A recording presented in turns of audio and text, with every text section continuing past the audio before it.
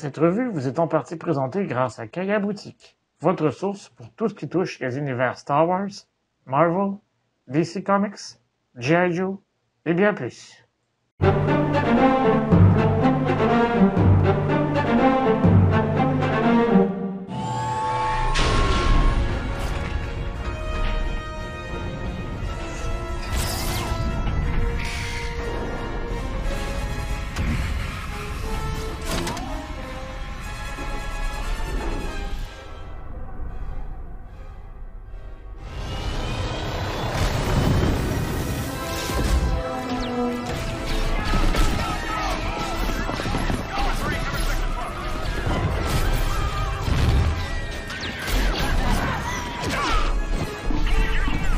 Bonjour les Jedi et bienvenue sur Star Wars Artefact.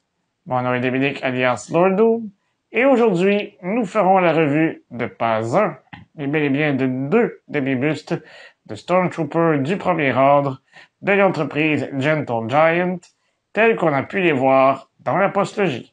Ces demi-bustes font partie de la série Legends in Three Dimensions de Diamond Select Toys. Comme pour tous les bustes de cette série, il s'agit d'une série limitée à 1000 exemplaires à une ou deux pièces près. Vous devez également prendre note que le buste de l'officier était une exclusivité du Comic-Con de San Diego.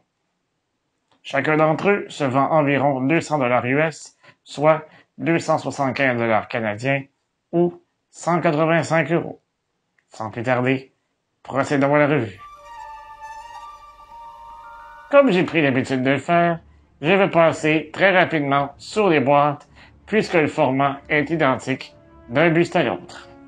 À l'avant, on y retrouve une photo du buste et en dessous, l'écriture dorée indique First Order Stormtrooper Half-Scale Resin Bust. Outre une petite différence de taille, la seule différence entre les deux boîtes est que pour celle du First Order Stormtrooper Officer, on y retrouve une bande grise indiquant Convention Exclusive 2022. Les côtés gauche et droit sont identiques et très peu détaillés. On y retrouve le logo de la série Legends in Three Dimensions et le nom du personnage. À l'arrière, on y voit le logo de Star Wars et au centre, on y retrouve un texte dont la traduction va comme suit. Les unités d'infanterie du premier ordre portent une armure de blanc pur inspirée des Clone Troopers de la République et des Stormtroopers de l'Empire. Les membres de cette nouvelle génération de Stormtroopers sont formés dès leur naissance jusqu'à l'âge adulte et se voient assigner un numéro d'unité plutôt qu'un nom. On les soumet à une propagande continuelle afin de s'assurer de leur loyauté absolue. Alors que l'Empire avait choisi d'adopter pour une routine répétitive, la simulation d'entraînement et les exercices de tir réel du premier ordre encourageaient l'improvisation sur le champ de bataille. Ceci rendait ces Stormtroopers encore plus dangereux que leurs prédécesseurs impériaux. Avant d'analyser les bustes, n'oubliez pas de vous abonner à la chaîne, de cliquer sur la petite cloche afin de recevoir les notifications et de liker la vidéo afin de m'aider à poursuivre mon travail. Vous pouvez également me suivre sur Facebook, Instagram et Twitter. Tous les liens sont dans la description au bas de la vidéo. Comme il est indiqué sur la boîte, les bustes sont faits de résine.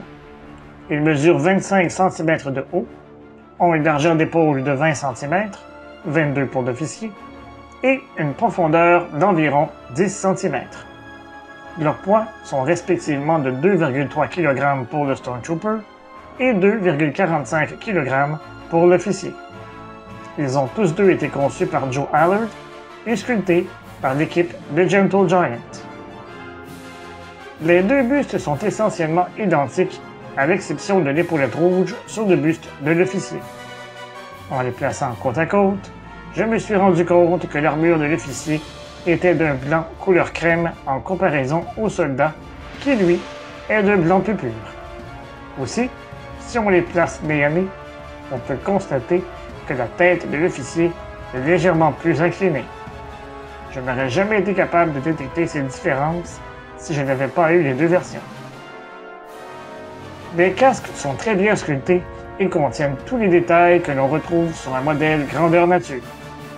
Les dents situées au niveau de la bouche nous indiquent qu'il s'agit de Stormtroopers des épisodes 8 et 9, puisque, comme vous pouvez voir sur cette photo, les Stormtroopers de l'épisode 7 n'avaient pas de dents. La portion blanche située entre les dents et les lentilles confirme également mes propos. Sur les côtés, on y retrouve les 7 fentes noires que l'on retrouve sur les casques. À l'avant, on peut y voir le connecteur pour réservoir externe de couleur argent. D'autres détails peuvent être visibles au niveau des oreilles et sur le dessus des casques. Les armures ne regorgent pas de détails, mais tout y est. Il y a la fente sur le haut de la poitrine, les harnais de chaque côté, ainsi que les 6 bandes noires situées du côté droit des soldats.